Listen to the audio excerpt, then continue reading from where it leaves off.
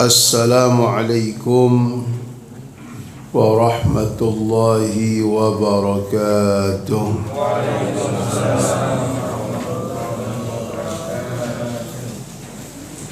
Alhamdulillah, nahmaduhu wa nasta'inuhu wa nastaghfiruh wa na'udzu billah min syururi anfusina wa min sayyiati a'malina. Man yahdihillah fala mudilla lahu wa man yudlilhu fala hadiya lahu. Allahumma salli wa sallim wa barik ala sayyidina Muhammad wa ala ali sayyidina Muhammad.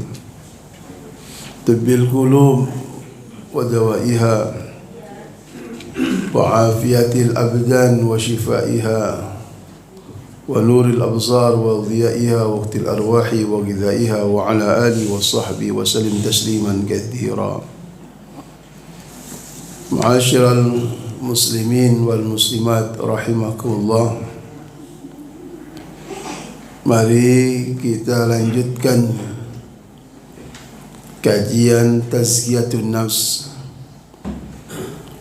sampai baris ke bawah, baris 4 dari bawah. Lembaran pertama, baris keempat dari bawah. Ayyuhal walad, wahai anak. An-nasihatu sahlatun. Nasihat itu gampang. Siapapun bisa kasih nasihat. Bahkan anak kecil pun bisa kasih nasihat. Bukan hanya milik para guru, tapi siapapun bisa kasih nasihat. Wal mushkilu qabuluha. Muskil itu yang sulit. Bahasa Arab disebut muskil. Yang susahnya qabuluha, menerima nasihat itu yang susah. Nasihat gampang. Iya. Sedekahin duitnya, enak aja. Kurang sedekah, emang mau sedekah laporan sama kamu? Padahal nggak sedekah. Iya, enak Pak, ngurangin hisab, so tahu. Iya. Jadi yang sulit itu menerima nasihat, iya kan?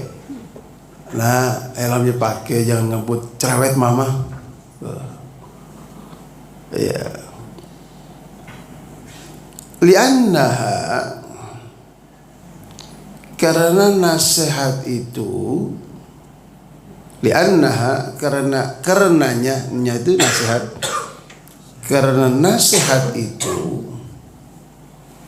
fi madaqi, madaq itu rasa. Rasanya nasihat itu muttabi'il hawa murratun. Untuk orang yang mengikuti hawa nafsunya pahit rasanya. Nasihat itu murrah itu pahit, murrah itu pahit. Kalau diganti fathah, marrah, satu kali. Marrah sekali. Kalau diganti fathah jadi sekali, marrah. Dibaca murrah jadi pahit. Dengan tulisan yang sama, salah baca, salah makna. Ya. Murrah, pahit. Coba Bapak lagi nasihatin, rasanya gimana? Lagi asik-asiknya, seneng-senengnya, dinasehatin. Kata guru, orang lagi seneng, dia ada orang lagi seneng Galatama. Gua akan mancing ikan, kok judi dari mana? Loh iya, emang nggak pakai fulus? Bayar nggak Galatama? Hadiahnya dari mana? Dari bayar itu. Yang kalah dapat. Kalau di sana Galatama, kalau pulang dikasih. Pulang mancing nih, dikasih pulang. Masa nggak boleh pulang, Pak? Pulang dikasih, Pak. Masa nggak boleh pulang nggak dikasih? Ya, orang gampang nggak kira-kira lagi asik-asiknya mancing, kemudian dikatakan judi, dia harus berhenti? Marah, pahit. Iya, pahit. Rasanya nasihat itu buat orang yang sedang mengikuti hawa nafsunya pahit. Dibangunin subuh, berat. Ayo subuh sehat, olahraga, enak, masya Allah. Ayo, iya. Jelasin ya. Jadi rasanya nasihat itu buat kita yang masih sedang mengikuti hawa nafsu kita, masih diperbudak dengan hawa nafsu, murrah, pahit. Kenapa di sini katakan idzil manahi? Kenapa? Karena manahi, segala yang dilarang itu mahbubatun. Biasanya orang senang. Ama yang dilarang senang. Apa aja yang dilarang orang senang tuh. Makan apa saja boleh, tapi ini nih jangan dimakan. Kenapa sih? Semua makanan terbuka ada. Sampai boleh makan di surga kecuali buah khuldi. Kenapa sih? Penasaran. Maka annas hubbun nas mamuni'. Orang itu senangnya sama yang dilarang. Jangan tengok. Nengok gitu. Penasaran ngapa sih? Oh, rumah makan. Iya. Strategi ya. Iya. Makanya kan annas hubbun nas mamuni'. Orang itu senangnya sama yang dilarang. Ya. Disuruh pakai jilbab, ya pengennya dibuka. Orang cantik kok dibuka, ditutup. Semua manusia itu senangnya sama yang dilarang. Idzil manahi mahbubatun fi qulubihim, karena yang dilarang itu mahbub, orang pada senang. Fi qulubihim, kebanyakan hati-hati mereka tuh senang. Makanya disuruh melawan nafsu. Ya. Kita nih yang udah punya penyakit, banyak nggak pantangan makannya? Iya. Coba deh dilawan. Tuh, nggak boleh makan gorengan, nambah. Iya. Bapak nggak boleh makan ini, makan ini. Kebetulan di pesta adanya itu semua enak-enak semua. Ya sikat aja deh sekali-sekali. Istri nggak ikut lagi, gitu. Nggak ada yang larang. Itu Pak. Pulang meriang. Jadi idzil manahi mahbubatun fi qulubihim, karena segala yang dilarang itu biasanya yang orang suka pada hati mereka. Wa alal khususi, terlebih lagi khususnya liman kana talibal ilmi rasmi, buat orang yang cari ilmu, yang cari ilmunya resmi. Artinya apa? Yang di sekolah-sekolah yang carinya ijazah, sekolah resmi, jenjangnya SD, SMP, SMA dan sebagainya. Ya, kata Imam Ghazali, terlebih lagi mereka-mereka yang sekolah di tempat formal, tempat resmi. Ya. Kenapa di situ dikatakan wa mustaghilan dan kesibukan mereka fi fadlin nafsi, apa itu? Untuk mencari keunggulan diri. Kan yang cari apa ke sekolah? Wah, juara lah. Fadlin nafs, itu yang dicari. Orang di sekolah itu inginnya cari fadlin nafsi, keunggulan pada dirinya sendiri. Apalagi yang ditujuannya wa manakhibid dunya, ingin mengumpulkan dunia. Sekolah, dapat ijazah, kerja. Itu yang orang sekolah kan begitu. Nggak ada cari ilmu kemudian pengen diamalin, ingin takut kepada Allah, ingin dekat dengan Allah. Itu tujuannya. Fadlin nafsi wa manakhibid dunya, mencari keunggulan dirinya dan ingin meraup dunia sebanyak-banyaknya dengan sekolah. Maka dia sekolah lagi, tambah lagi. Bukan dilarang, enggak. Silahkan, tapi pasang niat yang baik, gitu aja. Enggak ada larangan, silahkan. Sekolahkan anak-anak kita setinggi-tingginya, sehebat-hebatnya, tapi pagari dengan agama. Ya, karena kan kita sering lihat banyak orang menyesal ketika dia sekolahkan anak-anaknya hanya sekolah dunia tapi tidak kenal Allah Subhanahu wa taala. Akhirnya di masa tua dia ditinggal anak-anaknya dengan kesibukannya tanpa peduli kepada dia orang tuanya, padahal dia jadi orang hebat gara-gara orang tua. Kenapa? Karena nggak ada nilai agama. Sedangkan semua berbakti, hormat, sayang sama orang tua, itu hanya agama yang mendidik anak seperti itu. Tapi kalau lepas dari agama, kemudian hanya sekolah umum saja, maka dia akan kesibukan dirinya, kesibukan kerjaannya, kesibukan keluarganya, lupa sama orang tua.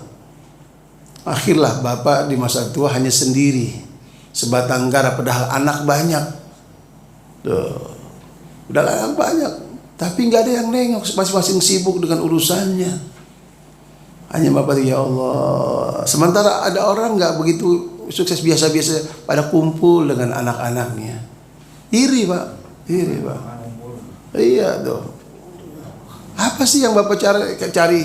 Bapak apa bangga dengan semuanya yang dimiliki anak-anak, tapi tidak ada sayang anak buat bapak? Buat apa? Ya, bapak andai pun dikasih uang berapa sih habisnya senangnya makan cuma sebenarnya. Udah ini nggak boleh, ini nggak boleh. Duit mau jalan kemana? Mau jalan-jalan, mau ke Ancol, mau naik gitu-gitu ke anak muda, ya udah nggak mungkin. Hah? Iya, mau saya ke Ancol kemudian naik paling tasbihan pak. Iya. Tapi ketika setiap minggu pada datang anak bawa cucu, masya Allah, pada salim semua besar, pada sholat jamaah ya kan, pada sholat semuanya aki masya Allah, akhlak semua mahal itu mahal. Mudah-mudahan Allah berikan kepada kita keluarga-keluarga yang sayang kepada kita orang tua, insya Allah. Kenapa? Fa innahu yahsabu annal ilmal mujarrad, fa innahu, maka sesungguhnya dia mengira annal ilma, sesungguhnya ilmu itu al mujarrad, kosong, lepas. Jadi orang-orang yang belajar di sekolah-sekolah formal itu mereka sangka pokoknya belajar, Mujarrad itu kosong, sepi, kosong dari pengamal. Nggak apa-apa yang nggak ngamal. Tapi kalau antum belajar di pesantren, maka setiap kali antum belajar katakan, awas, amalkan ilmumu, amalkan ilmumu. Setiap belajar, ayo, tadi belajar apa? Belajar salat sunnah, praktekkan salat sunnahnya, jangan ditinggal. Nah, awas, itu pesan guru tadi. Pulang hormat, cium tangan orang tua, cium tangan nanti di rumah. Ketika di pesantren-pesantren mereka belajar, maka yang pertama kali akan dibimbing oleh gurunya, belajar dan jangan lupakan amal setelah kamu belajar ini. Sedikit tapi amal. Iya. Jadi kalau kita belajar di sekolah itu mujarrad, kosong, sepi, tidak ada motivasi untuk mengamalkan apa yang kita belajar. Dikira dengan ilmu tersebut lahu sayakunu najah, oh bakal selamat nanti. Enggak, bahaya.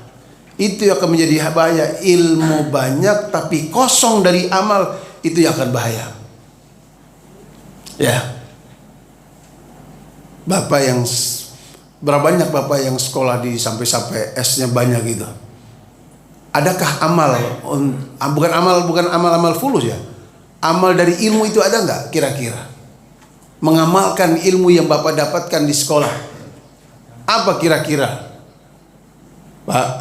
Bapak yang belajar di sekolah, di universitas, kemudian kira-kira prakteknya apa dari apa ilmu yang kita dapatkan? Beda dengan pesantren. Kalau pesantren dari kecil lah, ayo amal. Nanti kamu, karena ancamannya itu berat buat orang yang berilmu tapi tidak beramal. Ini yang bahaya. Nanti akan lihat sini. Jadi dikira apa? Dikira cukup hanya belajar tanpa perlu diamal itu akan menjadi najah, akan selamat. Enggak, tidak. Wa khulasuhu fihi, dia akan selamat. Enggak, akan selamat, akan sukses dengan hanya belajar tanpa perlu diamal. Malah itu yang akan menjadi bahaya buat orang yang mencari ilmu. Wa annahu mustaghnin 'anil amal. Tuh, dikira orang cari ilmu mustaghnin itu cukup, tidak perlu diamalkan. Wa hadza i'tiqadul falasifah. Itu yang diyakini ahli filsafat. Belajar tapi kosong dari amal. Kalau guru sekolah Ustaz. Kenapa tuh? Guru sekolah. Kan habis belajar sekarang selesai jadi guru, ngajarin murid. Nah, itu tinggal antum bisa banget dengan ilmu apapun, yang penting amalkan lah ya. Ajarkan, amalkan. Ilmu matematik penting. Orang dengan faraid ilmu agama, matematik main itu. Ya kan? Caranya penting. Yang penting apa? Segala ilmu yang kita dapatkan kembalikan kepada Allah. Contoh, Bapak kalau ke dokter apa itu? Dokter Saipudin. Dokter berapa itu sekarang? 60. Bapak udah nggak update Pak, 40. Sekarang udah 60 Pak. Iya, udah lama nggak kesana. Iya, udah sehat. Udah 60 Pak. Iya. Beliau itu selalu menyisipkan pesan agama dalam praktek kedokterannya. Obatnya itu aja Pak. Bapak sakit itu, bapak sakit itu. Iya. Mungkin pesannya sampai anak saya hafal. Momogi cikil, hampir siapa nggak boleh. Pedas-pedas ini. Sampai pesannya dia selalu hafal. Tapi selalu mengatakan Bismillah. Menyelipkan kata-kata Bismillah, menyelipkan kata-kata Insya Allah. Insya Allah sembuh, Insya Allah. Tuh, itu yang mahal.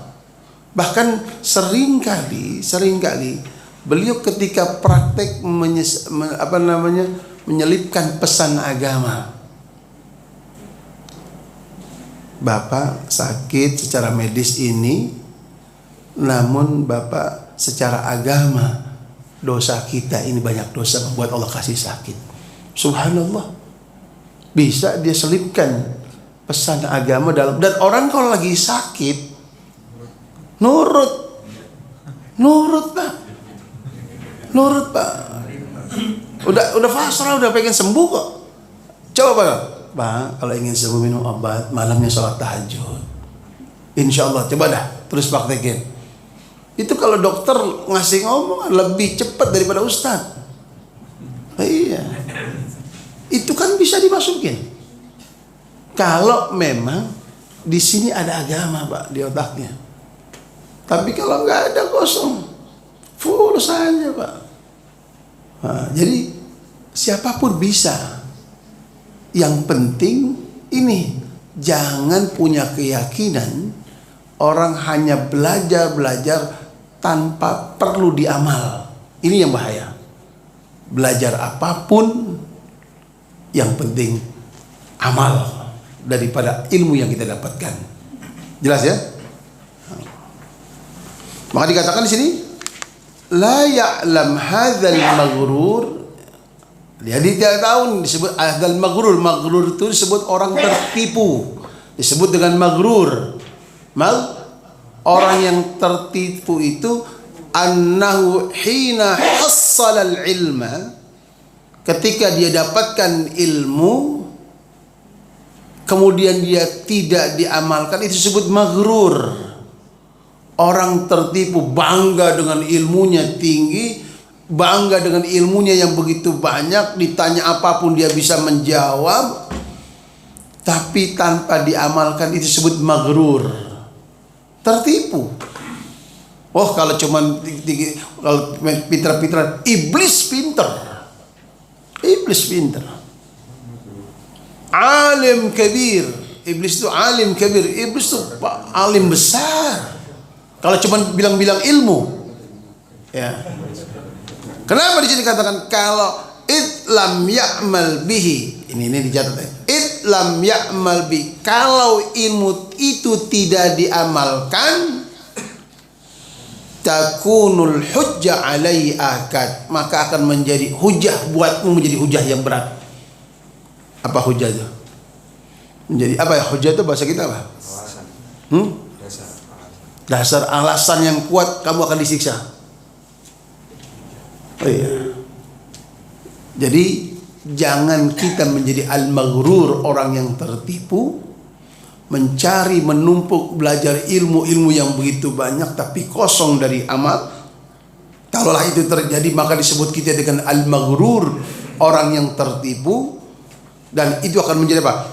Lam ya'mal bihi. Kalaulah ilmu itu tidak diamalkan, takunul hujjatu alaihi, hujjah alaihi, akan menghujatnya. Tuh. Ilmu tersebut akan menghujatmu akad luar biasa. Kama qala Rasulullah sallallahu alaihi wasallam, sebagaimana sabda Nabi Muhammad sallallahu alaihi wasallam, apa kata Nabi? Asyaddun nasi azaban yaumal qiyamati alimun la yanfa'ullahu bi ilmi. Ya. Asyaddun nasi, paling beratnya azab, siksa yaumal qiyamati, pada hari kiamat kelak, alimun, orang alim, orang yang berilmu. Ini yang bahaya. Kata Rasulullah, paling beratnya nanti manusia disiksa oleh Allah apa dah? Orang yang alim, ilmunya banyak, la yanfa'ullah bi'ilmi, tapi ilmunya tidak manfaat. punya ilmu malah melanggar. Punya ilmu malah melanggar, bahkan menjadi pelopor melanggar ilmunya. Tahu Quran, tahu, tapi nggak dibaca. Dibaca tapi tidak diamalkan. Tahu itu larangan, dikerjakan. Tahu itu perintah, ditinggal. Tuh. Jadi dia asyaddun nasi azaban yaumal qiyamati alimun la yanfa'ullahu biilmi. Paling berat yang sisaan manusia nanti adalah orang alim, orang yang berilmu tapi ilmunya tidak manfaat. Sampai sini jelas apa enggak? Ada yang mau ditanya sebelum lanjut?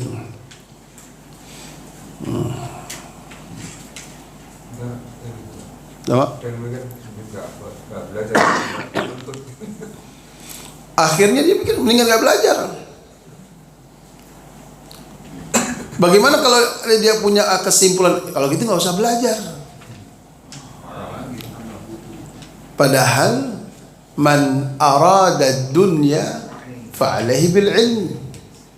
Orang pengen dapat dunia, ilmu.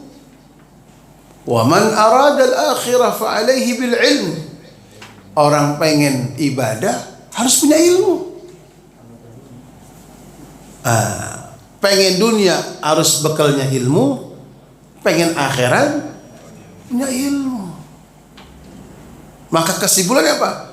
Belajar dan niat, ya Allah berikan aku bantuanmu. Aku ingin belajar dan aku ingin mengamalkan ilmu yang aku dapati. Itu niat mengamalkan dari apa yang kita dapatkan. Itu dikit. Apa hari ini? Oh duha. Ya sudah, jangan tinggal duhanya. Oh pernah belajar. Oh makan tangan kanan. Ya sudah, jangan pernah makan tangan kiri. Itu namanya amal. Kalau kata guru, awas tidurmu jangan tidur kecuali berwudu. Ya wudu sebelum tidur, itu amal. Gitu ya. Jelas ini? Kalau ilmu buat sendiri gimana, Ustaz? Bagaimana ilmu buat sendiri? Maksudnya? Diamalkan buat dirinya aja, diamalkan orang lain. Apa yang dia pusat diamalkan dirinya sendiri aja. Iya. Minimal ilmu buat diri kita sendiri. Tetapi jangan pelit ketika orang bertanya. Jangan sembunyikan ilmumu ketika ada orang yang ingin mendapatkan ilmu. Jangan disembunyikan. Memang yang pertama, ilmu tersebut niat buat kita. Apa yang kita punya itu yang akan menjadi lentera kita, menjadi pelita buat kita. Amal. Sedikit apa yang kita punya tapi amalnya. Oke. Tapi sekali lagi, kadang-kadang orang butuh, ajarkan. Istri kita, ajarin. Kita tahu tapi kita diam, istri kita. Awas, istrimu tanggung jawab kamu. Anak-anak butuh, ajarkan. Karena mereka pun bagian daripada bagian kita. Iya. Minimal buat kita, buat istri dan anak, buat keluarga. Maka dikatakan apa? Ibda binafsik. Mulai dari diri kita dulu dengan apa yang kita dapatkan kita amalkan. Jelas ya? Iya, Pak Guru. La yanfa'ullahu bi'ilmi. Tapi belum disebutkan kata-kata Allah tadi dalam terjemahan. Kalau yanfa'u la yanfa'ullahu la yanfa'u bi'ilmi. Seperti itu. Mungkin saya salah paham. La yanfa'uhu, ya kan? Ilmunya Allah tidak menjadi berguna buat dia. Bi ilmi. Ilmunya Allah akhirnya tidak berguna. Bi ilmi, dengan ilmu dia. Apa yang dia punya tidak ada manfaat. Ilmu siapa itu? Ilmu Allah. Ilmu yang Allah ajarkan kepada dia tidak bermanfaat. Ilmu yang Allah kasihkan semua ilmu Allah. Makanya Nabi berdoa, Allahumma inni a'udzubika min ilmin la yanfa'. Itu doanya Nabi. Ya Allah, jangan sampai aku punya berilmu tapi tidak bermanfaat. Doanya Nabi Muhammad SAW. Nabi masih berdoa, ya Allah jangan sampai aku dapat ilmu tapi cuma berhenti tanpa amal, tidak manfaat. Tahu fadilah ini, tahu fadilah itu, dikerjakan enggak? Kosong dari amal. Tahu fadilah sedekah, tapi duit ditumpuk terus.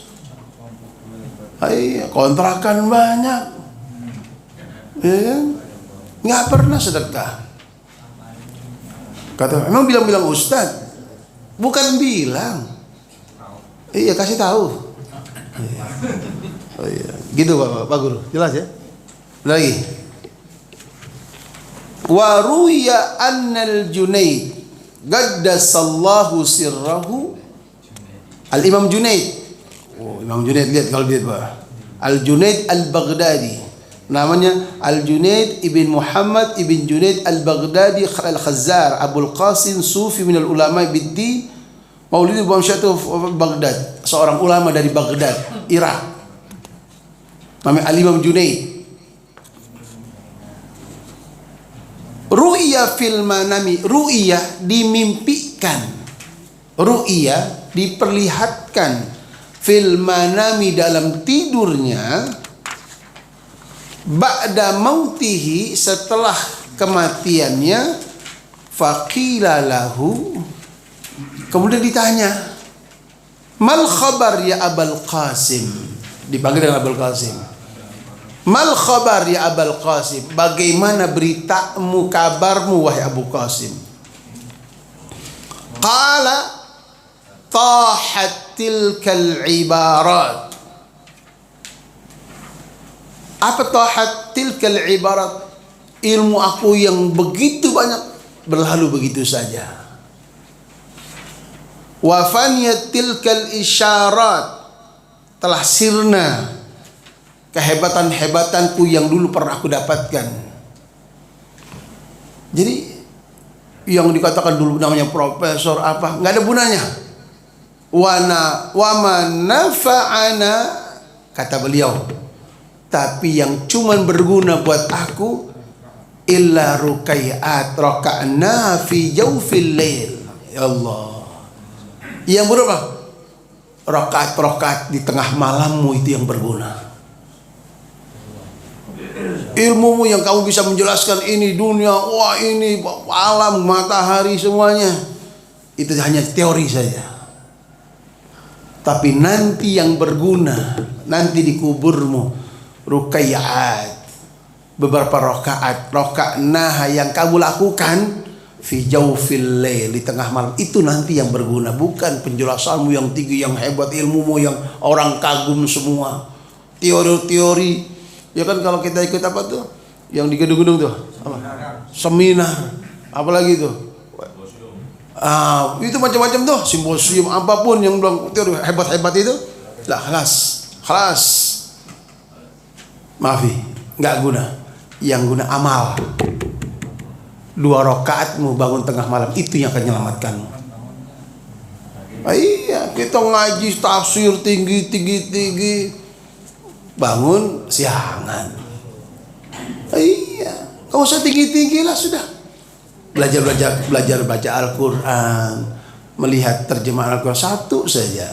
Kemudian malamnya bangun, hasil dari mengaji itu jauh lebih indah ketimbang bahas tinggi yang bilang tentang Allah, tentang zat. Oh, udah kelas. Kita puyeng, Pak. Kemana-mana. Iya kan, Tuhan ada di mana-mana, kita bingung, kelas. Iya kan, sholatnya kagak, sholatnya enggak, tahajudnya enggak. Ini kata beliau yang udah meninggal nih. Apa? Tidak ada yang berguna buat aku kecuali apa? Beberapa rakaat yang setiap malam aku lakukan di tengah malam, itu yang berguna. Sudah, simpel aja. Berarti apa? Kita yang hadir di sini Rata-rata kan sudah di atas 40. Banyak ujung. Beliau alhamdulillah bonus sudah. Iya. Itu yang beliau bersifat, ketika angkat tangan doanya makbul insyaallah. Oh iya, doain panjang umur sehat wal afiat. Panjang jodohnya. Iya. Kata para ulama, di usia senjamu ini isi dengan yang baik-baik. Itu aja. Di usia senja kita yang hanya hitungan. Oh, udah isya udah. Ya. Isi dengan yang baik-baik. Siapa tahu yang baik-baik itu dapat menghapus jejak muda-muda kita yang jelek. Nah, kalau di muda amburadul, di tua mau apa yang kita harapin? Kita masih ada harapan. Amburadulnya dulu, jahiliyahnya kita dulu, insya Allah mudah-mudahan dihapus dengan di masa tua yang diisi dengan begini nih. Dawam ke masjid, dawam istiqomah, duduk maghrib sampai isya. Udah yang sudah isya itu nggak usah pulang maghrib. Iya Pak. Iya. Maghrib sampai isya nggak usah pulang. Ngapain lagi di rumah? Ngapain di rumah? Masa mau TV lagi? Nggak ada, sudah nggak bola. Bapak mau digas. Bapak mau digas. Udah duduk di sini. Iya. Menjemput ajal di masjid sudah. Yang sudah isya di sini aja udah Pak. Maghrib isya baca zikir, baca Quran, duduk itikaf.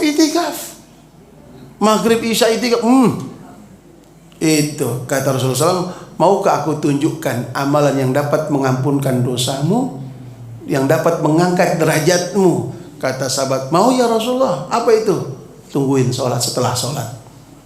Tungguin sholat setelah sholat. Itu yang dapat mengampunkan dosamu, dapat mengangkat derajatmu. Sudah sholat maghrib, jangan pulang, tungguin isya. Itu amalan yang dapat mengangkat derajatmu di hadapan Allah Subhanahu wa taala. Iya, subuh sampai isyraq. Mau ngapain lagi? Oh, kata beliau enggak nunggu duhur Ustaz. Walah, orang kerja, Pak. Iya, diusir. Iya. Tapi kalau lagi libur nggak ada masalah. Coba Bapak waktu umroh ngapain ngerjanya? Coba nunggu sholat aja kan. Balik lagi ke masjid nunggu sholat. Terus balik lagi jam 10 udah sholat duhur. Jam 10 loh. Coba kali iman jam 12 masih kosong. Iya.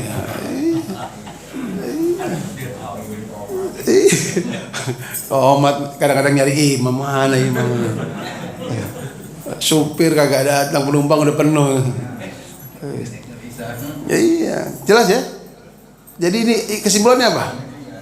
Ilmu sebanyak apapun ilmumu nanti gak ada manfaatnya. Tapi amalmu walaupun sedikit itu yang akan menyelamatkan kamu. Itu. Maka dikatakan rukaiat, beberapa rakaat saja. Tapi terus dawam setiap malam. Itu insya Allah akan menjadi indah. Kalau ilmunya sedikit, amalnya banyak, bisa? Bisa. Berapa banyak amal dikit, tapi pahalanya banyak. Apa? Niat. Dengan niat satu amal niatnya banyak. Coba antum, amalnya dikit, kesini nih. Paling apa yang antum lakukan di sini? Sekali lagi, semua kita yang hadir di sini tidak sama mendapatkan nilainya, tergantung niatnya. Ada orang kesini niatnya banyak, maka Allah memberikan dia sesuai dengan niatnya yang banyak. Kerjaannya sama, kerjaannya satu, tapi bisa dibayar 10 oleh Allah Subhanahu wa taala. Kenapa? Karena dia pasang 10 niat. Maka 10-10-nya dibayar oleh Allah Subhanahu wa taala. Bapak yang cuma sholat, ya cuma dapat sholat aja. Beliau mengatakan, ya Allah, aku akan ke masjid. Aku ingin menjalankan perintahmu ya Allah. Aku ingin mencari ridhamu ya Allah. Aku ingin mencari naungan dia nanti di akhirat ya Allah. Aku ingin bersilaturahmi dengan saudara-saudaraku ya Allah. Aku ingin senyum dengan saudara-saudaraku ya Allah. Macam-macam dia niat. maka semua niat-niat tersebut akan apa? Punya nilai ini. Tidak kosong dari pahala, semua ada berpahala semua ini. Tapi kalau Bapak cuma datang, maka dengan innamal a'malu binniyat. Bisa jadi ilmunya dikit, tapi dia pun dengan ilmu dikit dia kembangkan dengan niat-niat yang banyak. Orang menikah, berapa banyak niat orang menikah. Orang bersedekah, berapa banyak orang niat dengan bersedekah. Satu kerjaan sedekah, tapi dia bisa mendapatkan pahala banyak. Kenapa? Ilmu yang sedikit, tapi dia punya niat banyak. Penting niat itu. Niat itu penting. Jelas ya?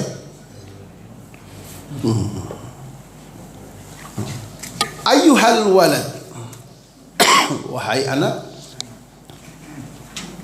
la takun minal a'mali muflisan. Muflis, jangan kamu bangkrut dari amal itu. La takun minal a'mali muflisan, janganlah kamu dari amal muflis, bangkrut. Hati-hati. Akhirnya ditutup dengan jangan kamu kosong dari amal, kamu yang akan rugi. Ayo amal, udah amal. Amal. Sholat, senyum, amal. Salaman sama saudara, itu amal. Bantuin orang, menunjukkan orang jalan, buang kotoran di jalan, buang kotoran di masjid, amal. Ya kan, di masjid bau kita siram karbol, itu amal. Jadi marahin anak-anaknya rame apa? Iya Pak, jangan dibiarkan Pak. Kok jangan dimarahin Pak? Kasih tahu jangan dimarahin. Bisa dimarahin anak. Gitu. Jadi Pak, di masjid jangan dibiarin anak-anak berisik Pak. Sebab kalau anak-anak kemudian berisik di masjid Bapak biarkan, mereka tidak akan tahu dia salah. Dirapikan. Nah, makanya mesti ada orang yang rela ngatur anak-anak sebelum sholat. Diatur. Jangan biarin korban sendiri, biarinlah di belakang. Ayolah, diatur. Yang rapi, yang bagus. Saya kadang-kadang begitu di musola di rumah tuh saya. Ayo maju, saya ngurusin anak-anak di belakang. Saya belakang anak-anak. Saya tenang. Yang depan pada sholat enak, yang belakang anak-anak biasa sholat. Harus ada 2 orang, 3 orang korban buat kita di belakang ngurus anak-anak kita. Aset Pak. Jangan dibiarin. Assalamualaikum, hilang anaknya. Iya, apalagi yang punya anak. Baik. Kadang-kadang kita kaget Bapak. Sebelum sholat itu nggak berisik, tapi ketika Bapak takbir mulai.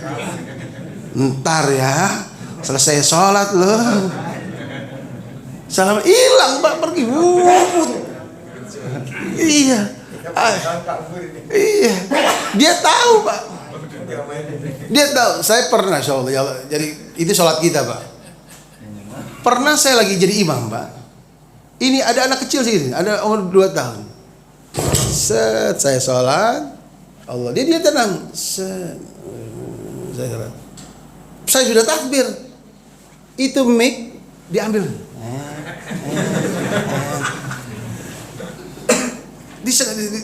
Kan dapat tarik. Dia nyanyi Pak. Lagi sholat Pak. Waduh. Udah hancur sholatnya. Sholat hancur udah sholat Pak.